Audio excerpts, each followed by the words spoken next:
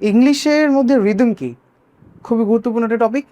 কারণ আমরা বাংলায় তো ইংলিশ শিখে ফেলি, ভাঙাচোরা যতটুকু পারি শব্দ শিখে।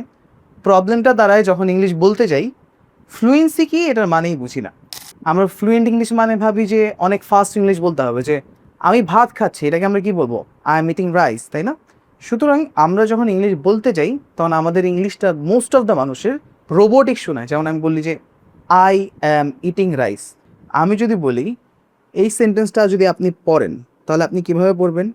আপনি স্বাভাবিকভাবে পড়বেন আই উইল গো দেয়ার। আমি যেভাবে থেমে থেমে কথা বলছি, যখন আমি বাংলায় বলি যে আমি এখানে যাব, আমি কিভাবে ভেঙে ভেঙে বলি আমি এখানে যাব, এটা তো অনেক রোবোটিক শোনায় আর আনন্যাচারাল শোনায়। আমরা যখন কথা বলি তখন আমরা পড়ি না আসলে। আমরা যখন কথা বলি আমাদের মাথায় রাখতে হবে আমাদের নেটিভদের মতো কথা বলতে হবে। যেমন নেটিভরা যদি এই সেন্টেন্সটা বলতো তখন আই উইল গো দেয়ার এভাবে বলতো না, তারা বলতো আল গো দেয়ার। আমরা ভাবি আই উইল গো দেয়ার, এটা ফার্স্ট বলে ফেললে আমাদের ইংলিশ ফ্লুয়েন্ট হয়ে যাবে। আই উইল গো দেয়ার এভাবে কিন্তু কখনই আমাদের প্রনাউন্সিয়েশন ঠিক হবে না। এইখানেই আসে ইংলিশের রিদম। আমরা যেভাবে বলি আমি সেখানে যাব, বাংলায় সুন্দর করে বলি আমি সেখানে যাব, এভাবে ভেঙে না বলে আমরা কি বলি আমি সেখানে যাব। আমাদের শব্দগুলো কিন্তু একটা ফ্লোতে থাকে, একটা ছন্দে থাকে। সেম ভাবে একটা নেটিভ স্পিকার যখন বলবে এটা, তখন সে বলবে আল গো দের, আমি সেখানে যাব, আল গো দের, আমি সেখানে যাব। সুতরাং এই রিদমটা কীভাবে আয়ত্ত করতে পারবো সেটা শিখবো। I want to go to the market, আমরা যখন এটাকে বলি তখন এভাবে বলি I want to go to the market, এভাবে বলি। কিন্তু নেটিভরা কীভাবে বলবে I wanna go to the market. এখানে যদি আমরা লক্ষ্য করি, এই যে ওয়ান টুকে আমরা ওয়ানা বানিয়ে ফেললাম, এটা থেকে আমি ফ্লুয়েন্ট হয়ে যাব? এখানেও না। আমি যদি I want to go to the market অনেক ফাস্ট বলি, তাও কি আমি নেটিভ স্পিকারদের মতো ফ্লুয়েন্ট হয়ে যাব? না। আমার এখানে ছন্দ ঠিক রাখতে হবে এবং আমার কথার ফ্লোটা ঠিক রাখতে হবে। I wanna go to the market, আমি মার্কেটে যেতে চাই, আমি যেখানে যেতে চাই আমার ওইখানে এক্সপ্রেশনটা ওইরকম হতে হবে। আই ওয়ানা গো, আমি যেতে চাই, টু দ্য মার্কেট, আমি মার্কেটে যেতে চাই। এখন ফোকাস করার বিষয় হচ্ছে যে আমি যে এই শব্দটাকে মিলায় ফেললাম, এটা আমার কি সাহায্য করে? আমি যখন ভেঙে ভেঙে বলবো I want to go to the market, তখন আমার ফ্লুয়েন্সিতে বাধা আসবে। যেন আমি অনেক সহজেই এই কথাটা বলে ফেলতে পারি, তখন আমরা এই জিনিসটা ব্যবহার করি। আর এই জিনিসটার নাম হচ্ছে কানেক্টেড স্পিচ। এটা সবাই মনে রাখবেন, কানেক্টেড স্পিচ আমরা ব্যবহার করি যখন আমাদের আমাদের কথাটা একটু ছোট হয়ে যায়, আমরা সহজে বলতে পারি। সুতরাং আমি যদি এখন I wanna go to the market এত সহজে বলে ফেলতে পারি, তখন আমার ফ্লুয়েন্সি কিন্তু আরও ইমপ্রুভ হতে থাকবে।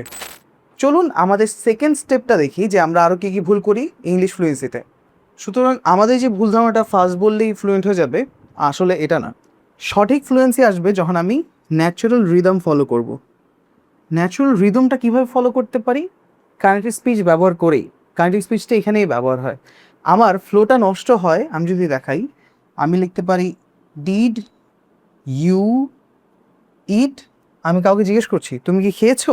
আমরা যখন জিজ্ঞেস করি কাউকে তুমি কি খেয়েছো, তখন আমরা বাঙালিরা সহজত বলে থাকি ডিড ইউ ইট, এভাবে বলে থাকি, যেটা আমার ফ্লোকে নষ্ট করে। কিন্তু আমার ফ্লোটাকে ঠিক করতে হলে আমি কানেক্টিভ স্পিচ ব্যবহার করব, আর আমার রিদমটা ওই কথার মধ্যেই যতটুকু সময় আমি বাছাই করছি ততটুকু সময়ের মধ্যেই শেষ করতে হবে। তখন আমি কানেক্টিভ স্পিচ ব্যবহার করে কথাটাকে আরও ছোটো করে ফেলবো। আমরা লিখতে পারি ডিড যা ইট। এই যে ডিড ইউকে আমরা বলতেছি ডিড যা ইট। আমি কিন্তু যখন ফার্স্ট বলবো তখন আপনি বুঝতেই পারবেন না আমি ডিড ইউ বলছি নাকি ডিড জয় বলছি। তখন আপনি বুঝে ফেলবেন যে আমি ডিড ইউ ইটই বোঝাচ্ছি, কিন্তু কানেক্টিভ স্পিচটা আমার চিট কোড হিসেবে এখানে ব্যবহার হচ্ছে। আমি যদি আরেকবার বলতে দেখি did you eat, did you eat, দেখছেন আমি কিন্তু আপনি খেয়েছেন কিনা এটাই জিজ্ঞেস করছি, কিন্তু কানেক্টিভ স্পিচ ব্যবহার করে, যেখানে আমার ফ্লোটা ঠিক থাকছে did you eat, did you eat. আর আমি যখন ভেঙে ভেঙে বলবো ডিড ইউ ইট, তখন আমার ফ্লোটা কিন্তু নষ্ট হয়ে যাচ্ছে। থার্ড যে প্রবলেমটা আমাদের মধ্যে দেখা যায়, যে আমরা কোথায় জোর দিতে হবে ফ্লো আনার জন্য এটা জানি না। যেমন আমি যদি বলি আমার অনেক আর্জেন্সি আছে, আমি কোথাও যেতে চাইতেছি, আমি বলবো আই নিড টু গো নাও, যে আমার অনেক দেরি হয়ে গেছে, আমার যেতেই হবে, আই নিড টু গো নাও, এখনই আমার যেতে হবে। এখন আমরা যখন ইংলিশ এটা বলি তখন আমরা পুরো সেন্টেন্সের উপর ফোর্স দিয়ে বলি, যার কারণে আমাদের কথাটা আবার রোবোটিক হয়ে যায়। যেন আমি যদি দেখাই আই নিড টু গো নাও, বড় হাতে লিখলাম, কারণ আমি বুঝাচ্ছি যে আমি পুরো সেন্টেন্সের উপর ফোর্স দিচ্ছি। আই নিড টু গো নাও, এভাবে বলি, তখন কিন্তু এটা সুন্দর হবে না। আমার কথাটাতে বুঝতে হবে যে আমার কোন কথাটা, কোন বাক্যটা, কোন শব্দটা ইম্পর্টেন্ট, আর ওইখানে আমাকে স্ট্রেস দিতে হবে।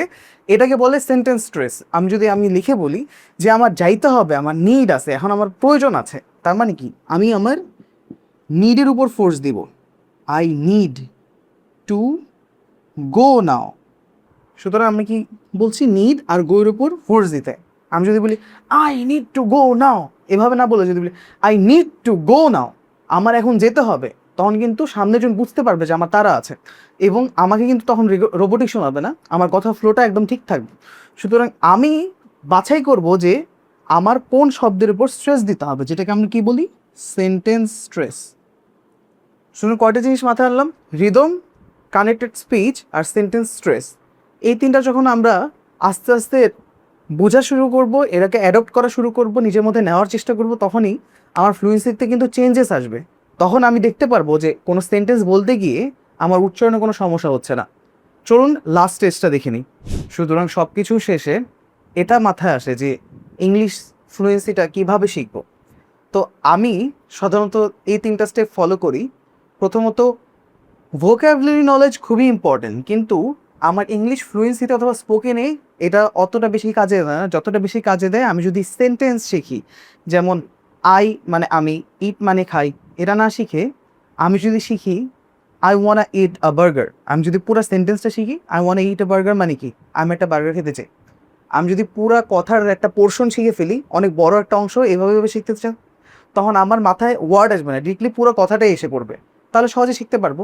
আর সেকেন্ড একটা স্টেপ হচ্ছে যে নেটিভ ইংলিশ বেশি বেশি শোনা, মুভি থেকে হোক, পডকাস্ট থেকে হোক, সব কিছু মিলিয়ে আমার মাথায় রাখতে হবে আমি ইংলিশটা শুনবো, তারপর পজ করে ভিডিওটা তাদের মতোই বলার চেষ্টা করবো, রিপিট করে। আর তখনই আমার এই তিনটা স্টেপ মাথায় রাখতে হবে যে সেন্টেন্স স্ট্রেস এবং কানেক্টেড স্পিচ কোথায় ব্যবহার করতে হবে। থার্ড হচ্ছে শ্যাডোয়িং করতে পারি আমরা, নিজের একটা ভিডিও রেকর্ড করে তারপর আবার ভিডিও কোনো একটা দেখে ওটার মতো বলার প্র্যাকটিস করব, তারপর রেকর্ড করে দুটার মধ্যে কম্পেয়ার করব। শ্যাডোয়িংও আমার অনেক কাজে দিতে পারে।